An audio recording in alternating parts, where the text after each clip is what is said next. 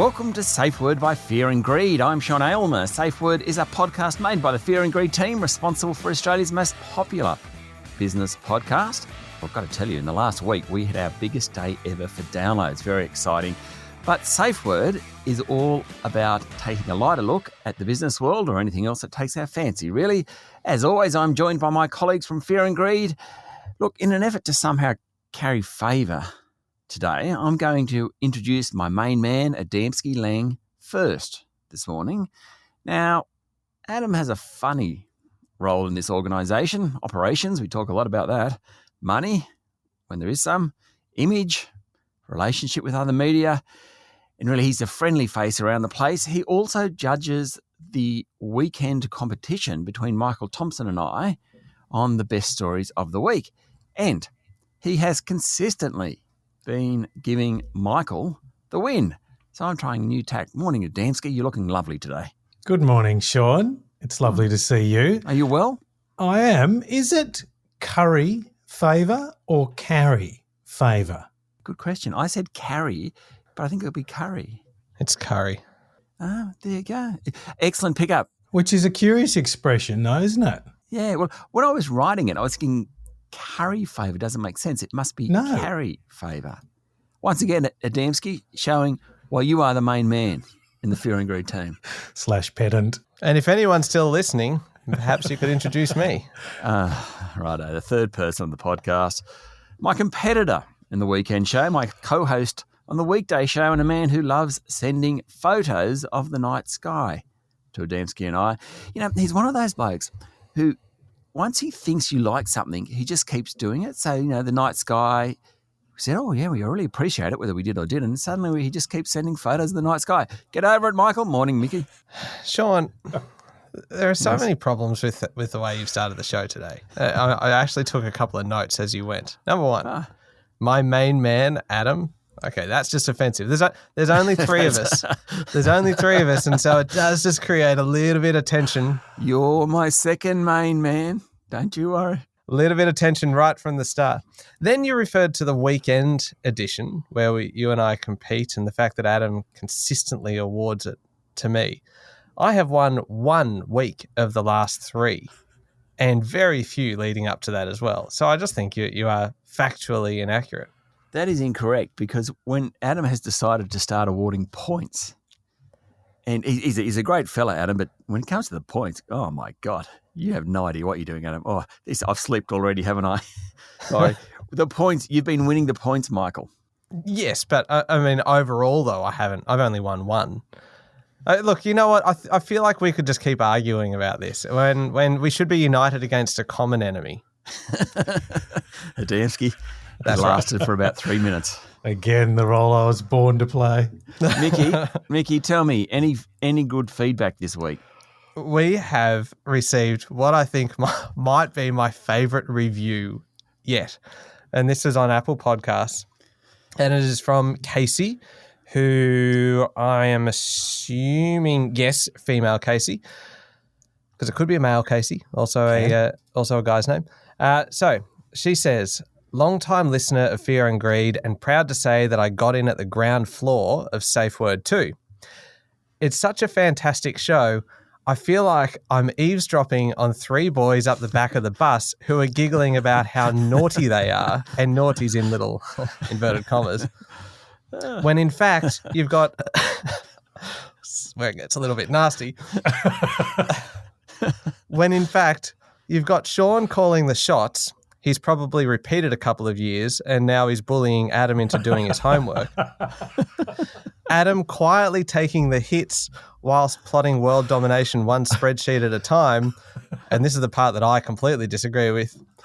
And the difference, that's me, modelling himself in Sean's image and snickering every time he says the word erotic. Oh, the truth of it. Oh, Casey. It's so good. You have just summed up this show in 30 seconds. Brilliant. And she says, please keep doing what you're doing. I'm the girl 2 rows in front, laughing at all your jokes and sticking gum under the seat. So the problem with someone like Casey, though, is that you're just encouraging us. There is no problem with Casey. there's bang nothing. on target.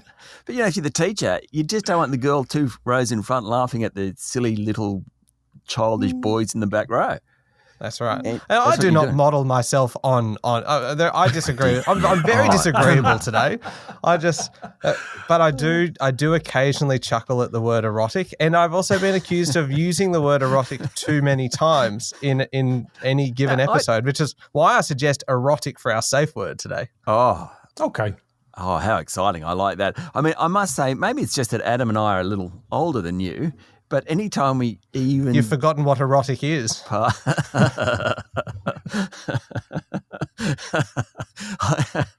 I have no response to that. I have family, partners listening to this. I have no response to it. Back on track. Oh, let's just move on, shall we?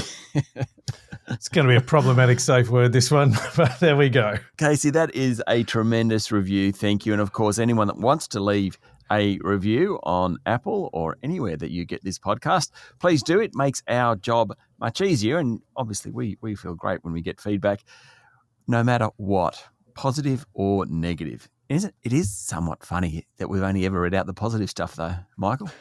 Oh, that's right. I delete anything negative. And I know that Adam says you need to take all the constructive criticism and kind of work it in. No. 4 to 1. If I get anything negative, I assume that the person who said it doesn't know what they're talking about. And I know better and just delete it. So you guys will only ever hear the good stuff from me. This is how narcissism is bred. Guilty. Now, I want to talk about restaurants. Do you mind if I start with the topic? Go ahead.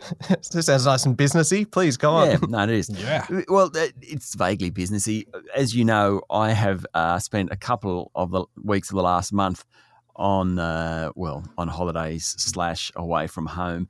Oh, have you? We've barely discussed that. Didn't touch it. And so I've been out for dinner a lot, basically, and then I noticed that the world's 50 best restaurants were announced in the last couple of weeks as well. Either of you two know what one? No. No. Sorry, I don't. Have a guess. Okay. Actually, you won't get it. You won't get it, but everyone says Is Noma. it in Copenhagen? Yeah, it is. Yeah. But it's not Noma. No, Oh, I've forgotten the name. it's a flower. Doesn't help me either. Not my strong suit.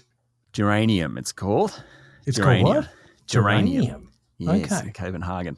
And the Noma, which is always at the top of these lists, didn't qualify this year because it won last year, so you can't win 2 years in a row. So it's like US president. There's a limited term at the top. Yeah, something like that. And I mean, it's amazing Copenhagen has 2 of the world's best restaurants. Now, this is from the world's 50 best restaurants rating, which people seem to take a lot of notice of. You know what I thought was interesting was that Lima has a bunch of really highly Peru. rated. Yeah. Well, I presume it's Peru. They don't say Peru, but Lima. So I presume there's only one Lima. Yeah. Has a bunch of really highly rated restaurants. Oh, wow. I digress. Oh, by the way, there was one Australian restaurant in the top 100. 50 or 100? It was actually 100. I said top 50, but they did 100. Adam doing what he does. Adam doing what he does best, picking up on a minor inconsistency within your story and just focusing on that. Probably doesn't change the balance at the top, though, does it? It's Gimlet at Cavendish House in Melbourne was the only one that made it. But look, what a great name. Oh, Gimlet. What a great building too. Mm. I digress. What I have found when I go to a restaurant is that the snootier the staff, right, the more I tip them. Oh. And this is actually an insecurity of mine. You know, when you go to a restaurant, what are you looking for? Obviously good food, but you want the whole experience, whether there's a white tablecloth or whether there's crayons to draw. It doesn't really matter. So long as you're having a good time. Crayons to draw on the white tablecloth would be good. But it's all about having a good time, really. Yeah. And Agreed. I think a big part of that is the staff. Yes. But do you find when you go in, and some people you really connect with and they're friendly, and I went to one restaurant on the Gold Coast, Fig and Frankie's it's called, and it had a playlist which included, a bunch of 80s and 90s bands like the Buzzcocks, which I'm sure Adam knows. Yes. Oh, that sounds very erotic. Yeah, that's right. Ever fallen in love with someone? Never fall in love with someone. That's right. And the food was fantastic, and the waiter was great. It was probably the best dinner I've had recently, right? Poor bloke received almost no tip whatsoever. Oh, Whereas when you go to one of the other places and they kind of treat you like, yeah, you're not you're up lucky to it. to be there. Yeah, yep. And I almost get on my high horse and start thinking, well, hold on, I'm rich enough to be here. Don't give me that. And I'm going to prove it to you with my tip. And that's exactly what I do. I'm going to punish my And it wallet is to prove so you wrong. Totally ridiculous. But having gone to a bunch of restaurants, that's what I realize. I'm tipping the goose who treated me like crap more than I was the Fig and Frankie bloke who was my best mate by the end of the night. What? I just... You've dumbfounded yourself. I am. How stupid am I? Well, it's a great revelation, Sean. Yeah. Great recognition. You know what drives me nuts in any restaurant is when they keep coming up and asking you, are you enjoying the meal? And you've taken maybe one haven't had a bite. The Yeah. fork's poised Yeah. in front of your Yeah. mouth. Yeah. And like, I don't want to talk to anybody. No, like, just leave me alone. Just come over. I'll let you know if there's something wrong, or I'll. If there's give you a- anything left on my plate, you'll know. Yeah, exactly. So those are the ones that would not get a tip from me if they're just too attentive and they're too nice. What I do think is interesting, Adam and I, our children are a bit older than Michael. So obviously Adam and I are probably able to go to restaurants. Mine are older than yours, Adam, in fact. So, the ability to get out and that is greater than Michael's. Yet when we have a Fear and Greed dinner, we always go to Michael because he seems to know the best restaurants, the trendiest restaurants. Don't think he ever goes to them. Well, we used to. We used to go a lot, like about 5 years ago. Yeah, And so things have yeah, obviously we have changed kids. a little bit since then. But still, there's a thing called the internet now, Sean. And you can look up reviews and kind of see what's hip. And and you kind of go to those places that got a bit of buzz about them. Actually, I've got to tell you, one of the best restaurants I've ever been to, I know I'm crapping on a lot here today, but I'm enjoying it. I was working at the Herald in Sydney at the time, and Herald in the Age, and I went to dinner with the food critics, Terry Durack and Gilda Play. Oh. And I have never, ever seen a restaurateur and a chef, and it's a very well-known chef, you guys would all know this chef, jump like they did when they walked in. So Jackie and I walked into the restaurant and sat down first, and we were meeting Terry and Jill. And they were very lovely to us and sat us down. And Terry and Jill walk in. The booking was under my name. Terry and Jill walk in. Immediately they changed tables for us. This won't do. It was fine for you, but not for them. Stuff just started coming out. The chef appeared 3 or 4 minutes later. We were treated like royalty. Now, They are true kind of rock stars in the food world, isn't it? yeah, and Terry and Jill are rock stars in the food world and lovely people. And I mean, what they taught me was it's not just the food, it's the whole experience. So I always thought it would be all about the food, but to them, it is just the whole lot. Did you find yourself under pressure as you were tasting it to go, it's a bit bland, isn't it? That's right. Little things like that, like that spice really curls on the tongue. Is that cinnamon? Well, no, that Adam, if Terry particularly, he is such an effusive individual, and he'd just say, "Oh, smell! Oh, the cinnamon! I can smell it! And he's just a So he loves fantastic it. guy, Terry. Yeah. And yeah. But just the energy he has when eating food. And, I mean, of course, we didn't order. We said, look, can you guys order for us? They're saying, no, you have what you want. And we're like, oh, no, hands off. Better that you do it. Yeah. But I think by this time the chef had decided we're doing a, degustation menu and off we go. It was good fun. How good. What an experience. Yeah, it was great. I would have felt so intimidated with them just because their knowledge of everything would have just been so extraordinary. And suddenly you go, I really like that. And they're like, oh, no, that was terrible. You're like, oh, yeah, I didn't actually think it was that good after all. But those two are such nice people. Even if they thought that, they didn't say it. Oh, good. Until the review came out. Were you brave enough to choose the wine, Sean? No, don't be silly. They say, would you like, no, you Nope. guys, it's up to, and they had wine with their meal too, but not much. Not much. And then you're reading the review, and they gave the meal 5 stars and the wine 5 stars and the company 2.5. You're like, wait a minute, that was us. Can I steer us in a direction of something vaguely business related? Yes. And I know that restaurants are a business, obviously. But this is more traditional, and you will not be surprised if you had to guess where this story has come from. You've got 2 options. Where do you think it came from? Well, it's news.com or LinkedIn. They're the 2 options I reckon we've got. LinkedIn. News.com. Oh, well, one of you's right, and it's my main man, Adam. He's the one who's won it this time. This is a link. MMA. That's right. The story is about office housework. And did you see this? It was originally housework. Yeah, it's originally a piece from the Financial Review that's generated a lot of discussion on LinkedIn, and it is about those jobs in the office. And it's quite a serious story, actually. The jobs in the office that just need to be done, and they're the jobs that you're like not going up. to. Yeah, you're not going to get a promotion out of it. You're not going to get any extra money out of doing it, but they're just these little things that somebody needs to do.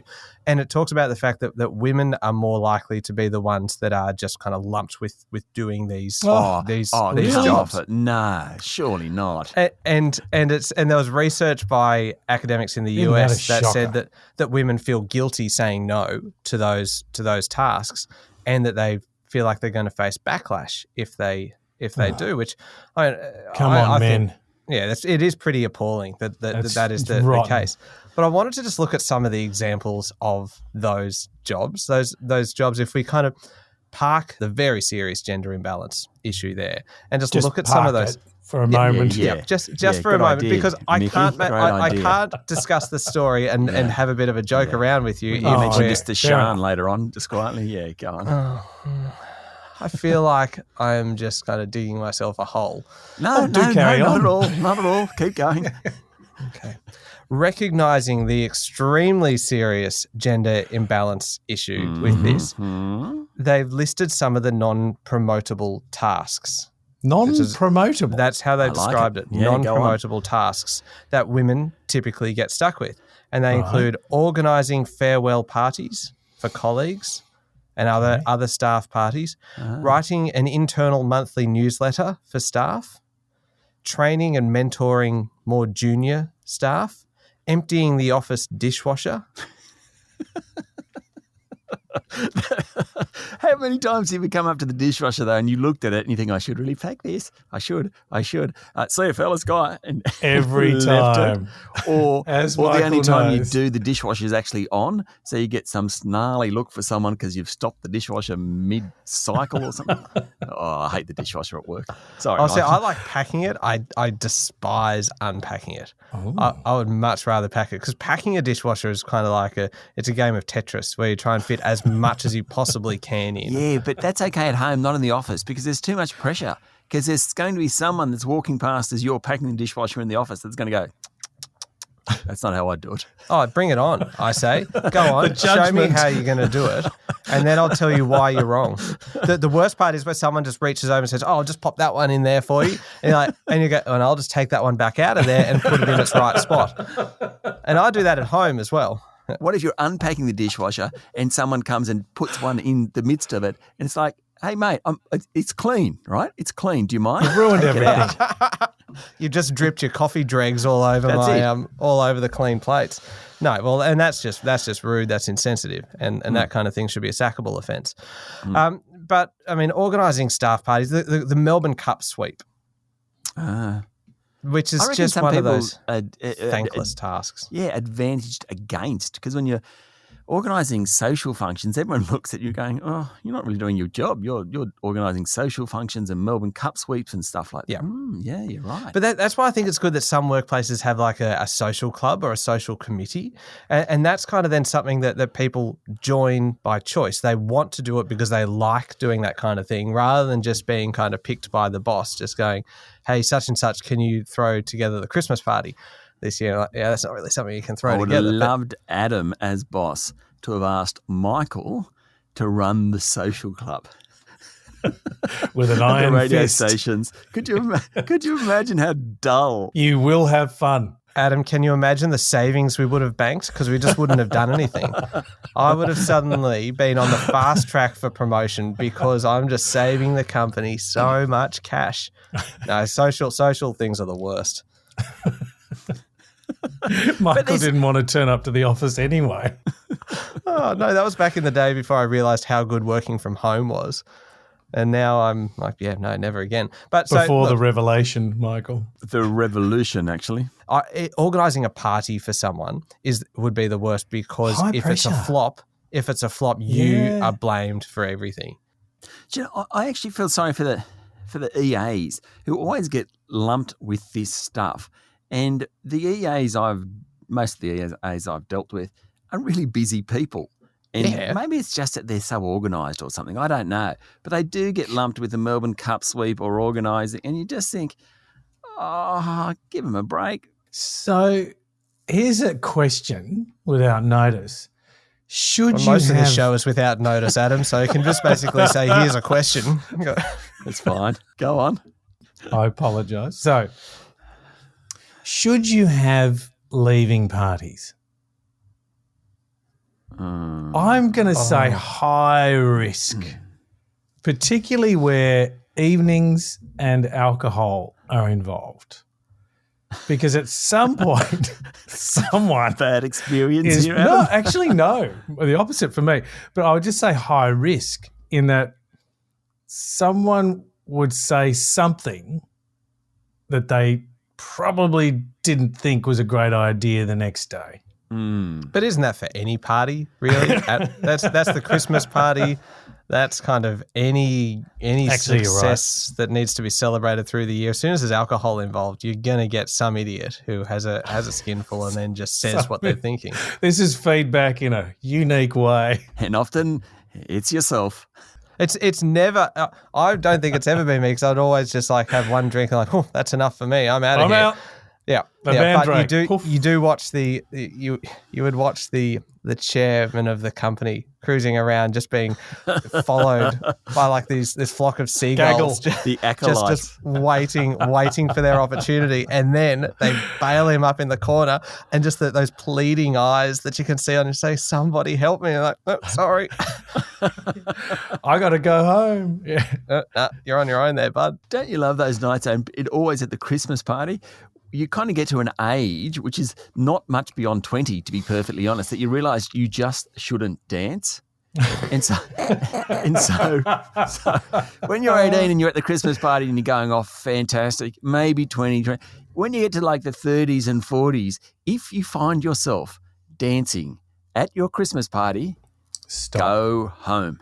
Right? You've had far too much to drink because it never looks good and you wake up the next day feeling like an idiot. You should just go before the music even starts because the music is just so loud. You can't hear anything. And I know that I'm sounding like one of you guys, yeah. But it's hard to hear. And when you're in an industry where your hearing is important, you should leave because that is a risk to your ability to earn an income. I would say if there's not music on from the beginning, I would probably leave. Oh. Yeah, but you're an aficionado. But Music you is an sit there and- essential. I've been to a few functions with Adamski where some of the Fairfax Christmas parties, I believe I've spent time with you at those, Adam. We have, Sean, which yes. I've enjoyable. Other awards nights. Yeah. In fact, one of the funniest awards nights I've ever been to, I've sat next to you. I'm not going to tell the story. It's okay. You've gone very shy on me. Well, you've told me the story, so I'll just tell you if you don't. The short version of that is what we're at an awards night, which there was, I think it was 100 awards. And the point of it was by about, 82. I didn't even know Adam that well. Well, there was 50 and there were different categories of each. Is that what it was? Oh, my God. It was towards the end. And I didn't really know you that well at that point, and I was on my best behaviour, and you sort of turned to me and made a comment about how boring it was or thereabouts. Well, I recall the comment, Sean. It was like, these are a comprehensive awards, aren't they? When you start getting in hysterics because everyone was singing it but no one was saying it, and your shoulders start to shake, and dear. Anyway, I was sitting opposite the CEO at the time, I think, so I was trying not to laugh. Yes, I did nail you on that one. Sorry, what? You did what to Sean? Erotic. Yes, you can say that again. But yes, well used there, Sean. Oh my Lord. On this, Adam, in our potential topics, one of the dot points he's got is 1-800-GOT-JUNK. What is that about? Okay. So you remember staff meetings, and we were talking about occasions before, but 1-800-GOT-JUNK is an American company that has franchised in America and is doing so in other places around the world. Built on a very entrepreneurial fellow who from the beginning has run him. Pardon? Built on him. I should. It's been well and truly crushed as the company got bigger.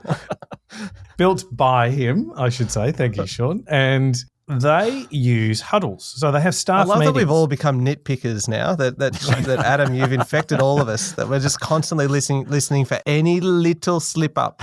Yeah, Michael's not trying to mimic me. Michael and I are trying to mimic Adam. That's the truth of it. Please go on. Sorry, Adam. So 1-800-GOT-JUNK have huddles. And these huddles, these staff meetings, okay, Michael, you first. Guess how long their staff meetings go for. How often are they?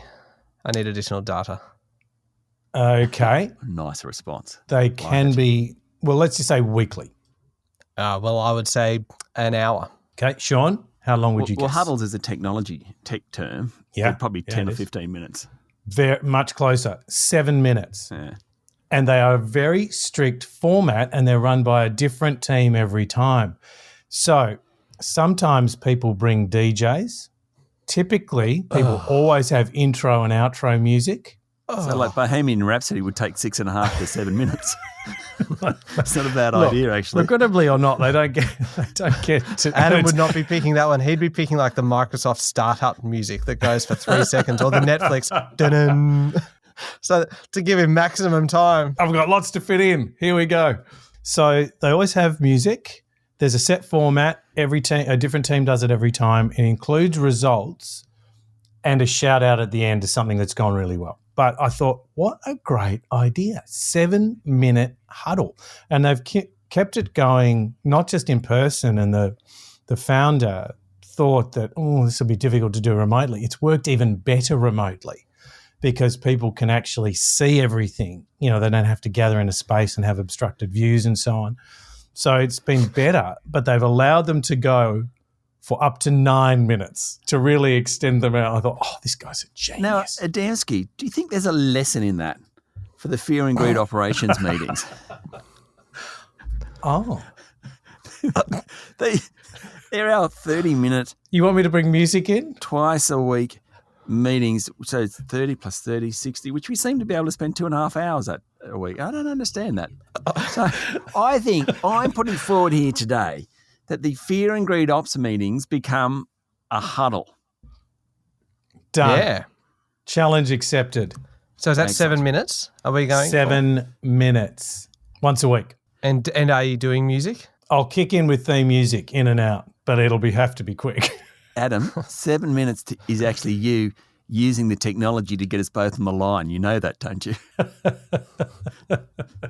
Sean, I think we need to reveal that the operations meeting this week has been postponed. Yes. On account of Adam's Fourth COVID jab. technology. No, and the complete lack of mobile reception in your area. Yeah. And the fact that it's when it comes to mobile reception, this is a third world suburb. last week we attempted an operations meeting and you're in transit, which is normally completely fine because you can just do it all via phone. But I think you dropped out, was it 4 times? During the what was probably about a 12-minute kind of mega huddle. Yeah. And I think based on that, we were all a little bit scarred by the experience. So next week, look at that, I've just dismissed this week entirely for any kind of an ops meeting. But next week, we will be doing Yeah, a 7-minute huddle. Is it going to be on video? Are we going to see each other? Yeah, has to. Sean, can you do that? You could just see his face. He just suddenly he's thinking about dropping the E-bomb. That's erotic to get out of this because he doesn't want to commit to doing something on video. Oh, that's a dangerous kind of idea. Talking about erotic, doing things on video. Kind of, it feels like we're building to something. Love an E-bomb. You could do it on the mobile phone, Sean. You wouldn't have to be at your computer. No, but often you're trying to get us to look at spreadsheets, which is very difficult on the mobile phone. Oh. Well, I'll promise not to do that. There'll be a no spreadsheet policy. How about that? Oh, really? Oh, that's a big commitment for someone like you. That's a non-core promise, that one. Yeah, no, definitely non-core. I will make it core. I'll make it a core promise. Must have music, must be 7 minutes, no spreadsheets allowed. 3 rules. Wow. Does that mean no agenda as well? No, I'll have the agenda. Because the agenda contains spreadsheet elements, so I'm just I'm nitpicking you here. No, there won't be that. Okay. I will have an agenda. I will have an outcome in mind. See, that's what I love. This is up for discussion, but here's the outcome. That is a Damski through and through. At his finest. Yeah. Okay, well, I won't be as obvious as writing what I want the outcome to be. I'll just say there will be an outcome from the meeting for discussion.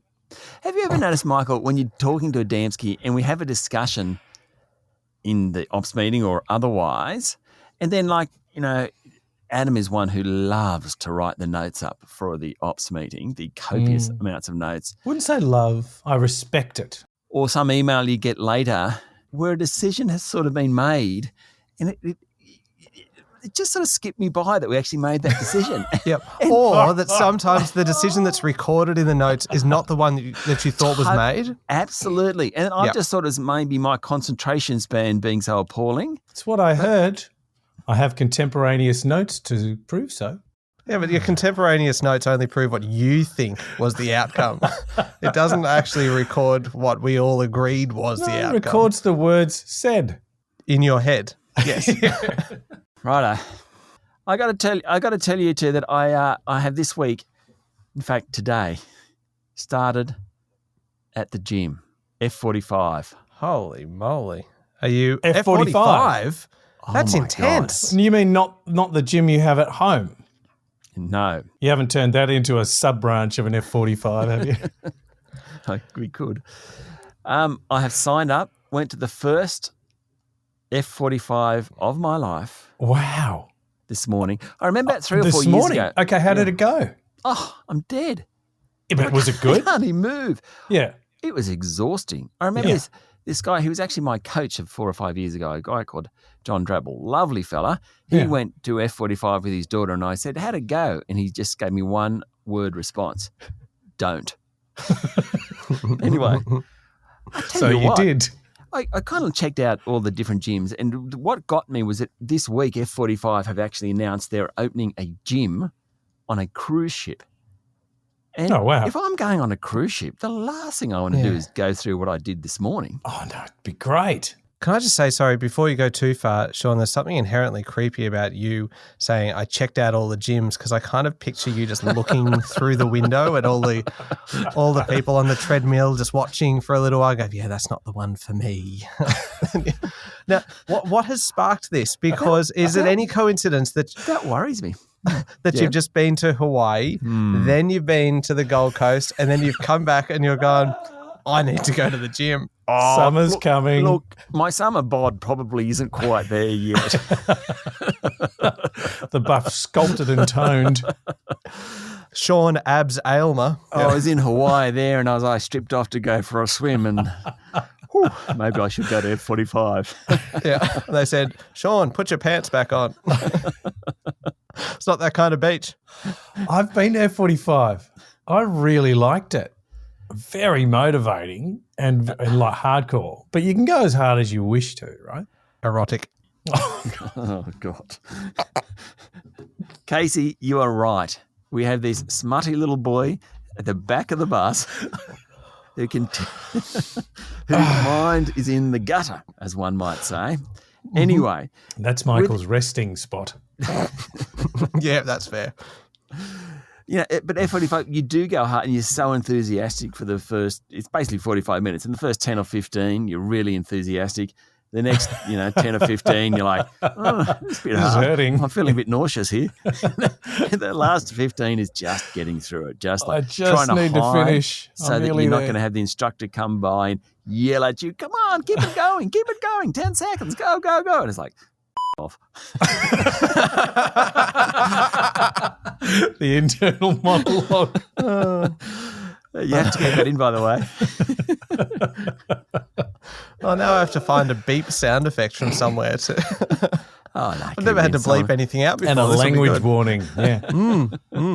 Sorry, anyway, kiddies. so I've started the gym, and F45 is such a bold choice because it is. I mean, it's great for efficiency because you are kind of in and out in under an hour, obviously, and it's got a lot of structure to it, but it is also pretty high intensity, and it can take a little while to get up to that level if you're coming from, not making any assumptions about you, but coming from a lower level of fitness. Yeah. Look, I'm sure it will. You're putting it in past tense. At this point, I'm talking future tense.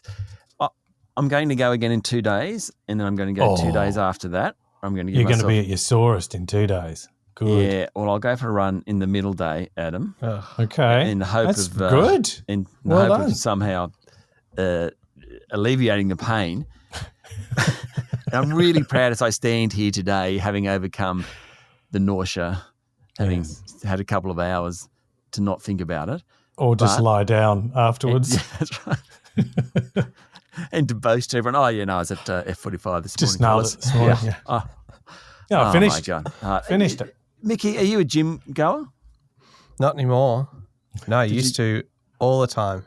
But I Nocturnal gym. My favorite was CrossFit, which is very similar to F45 in a way. Were they sessions or you just did CrossFit exercises yourself? No, sessions. Okay. And so it would be an hour or so, and it was intense. And the first few, So you just do like circuits of different equipment at the gym. Yeah. Yeah. Lots of kind of, lots of squats, lots of deadlifts, that kind of stuff, and then a lot of kind of, body weight based exercises like kind of pull ups and all that kind of stuff. And it was great fun, especially once you got to that level of fitness that you could actually do it without feeling like you were going to throw up. And I only threw up once. Or die. So I think that was you only threw up once. Yeah. That's pretty good. Yeah.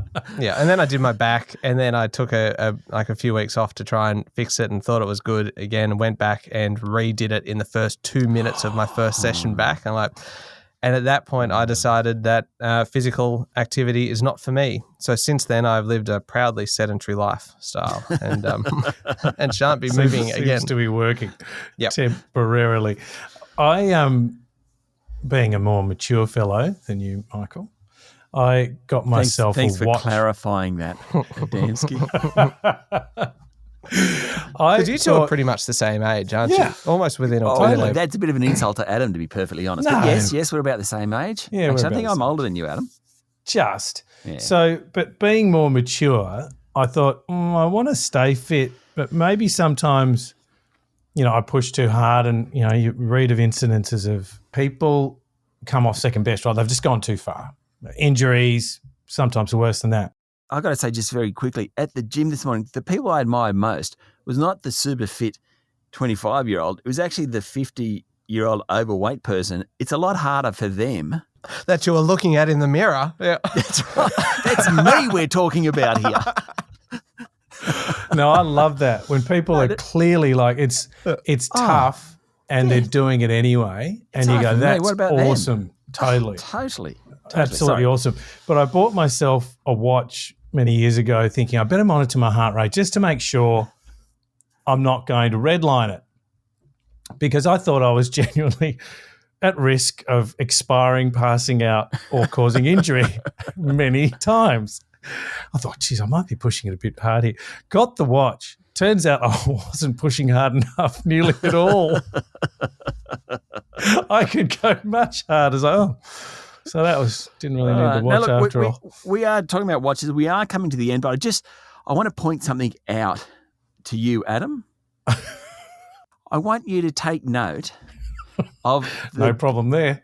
of the beautiful curtain behind Mickey T.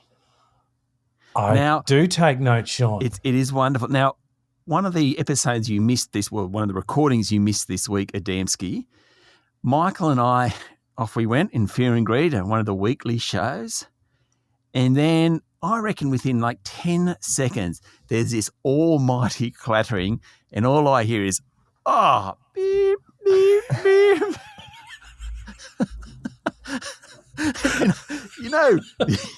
You know when Michael kind of, I'm going to get this wrong, but the word I don't he like uses, it laughing at someone's tragedy, but he uses it as a verb.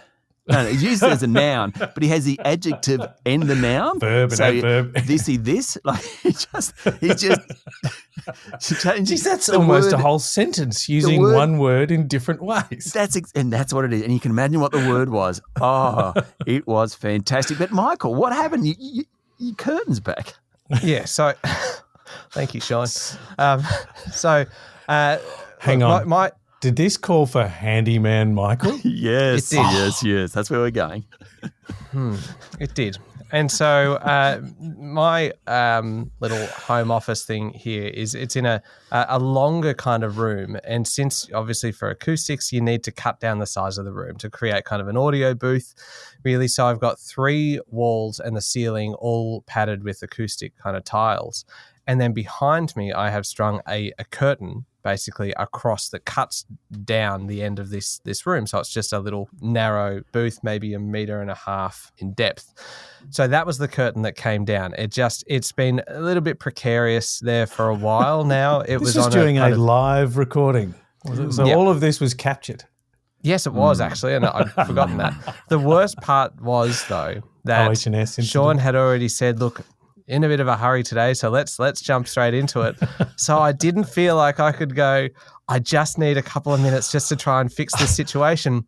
So instead, I attempted to get by holding a jumper over my head and trying to create a little cocoon around me and the microphone, at which point I realized that proudly sedentary lifestyle that I've been living has given me no upper body strength, and I wasn't actually able to hold the jumper above my head any more than about 30 seconds or so. Approximately what would you guess is the weight of the jumper, Michael? Oh, it's a heavy knit, a very heavy knit. 150 grams, surely. Squatting 150 grams. Try at least 200. Yeah. And so then I dug around and found a blanket underneath, all without interrupting Sean. He just carried on, didn't even know that this was happening, I'm sure. Seamless.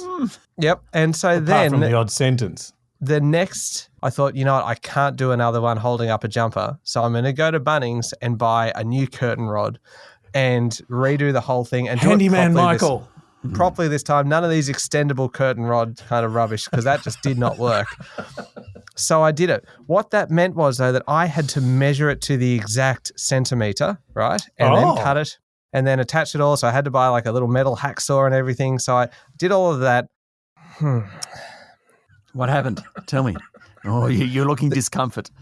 You're looking discomfort? There's you're a looking pause. uncomfortable. I bought one curtain rod and everything else that I needed, and I had a bit of help. Sian is much better at the DIY stuff than I am, so that she kind of attached all of the brackets and things to the wall, which was great. My job was to cut the curtain rod to size. It needed to be 211 centimetres across. So you know the principle of measure twice, cut once? I measured twice, and I still cut it to 201 centimetres, not 211. And so I went to put up the curtain rod, and it was 10 centimetres short. It just kind of hovered there in the middle of the room. I'm like, I only bought one of these because I didn't think I was... Did you use that same sentence that you used when it fell down? The same word in many different ways? Yeah. I use it as a verb, a noun, and an adjective in one sentence, with only a couple of other words in there to The put it into subject context. and the object. Yeah. That's right. It's quite extraordinary. It's a gift. Anyway, It is a gift. the language was horrendous, and I had to make another trip back to Bunnings and got another one, put it all up there, and now it is just working like a dream. And I was never going to tell anyone that it was actually on the second attempt because I stuffed it up. And look at that, you've just drawn it out of me. I have to confess something, Michael. I may have received a photograph of work in progress. Sian, how dare she? I don't know if Sian took it. That is why Sian is known as Sian the Betrayer for a reason. Because she was supposed to be helping me, and she did a very good job putting the brackets up, but I was not aware that she was sending photographs to you. I didn't even know she had your number. That's probably actually even more alarming. Even more erotic. I think we should leave it here. This is on a high with Michael's DIY story. You know, we never get sick of him. No. Never get sick of him. Well, I know I'm chancing fate here, but I think it's done now. There's nothing else to do. Yeah. And we'll let you all know how it's gone next week. That's probably it for the show. Thank you for listening to Safe Word by Fear and Greed. Mickey, thank you for joining us this morning. Thank you, Sean. Good luck with DIY. Adamski, thanks for joining us. Oh, thank you, Sean. That was Safe Word by Fear and Greed. Don't forget to hit follow on Safe Word so you get a new episode every week. Tell your friends, your family, your colleagues. Special shout out to Casey. What a great review this morning. Thank you very much, Casey. Keep them coming. I'm Sean Aylmer. Have a great day.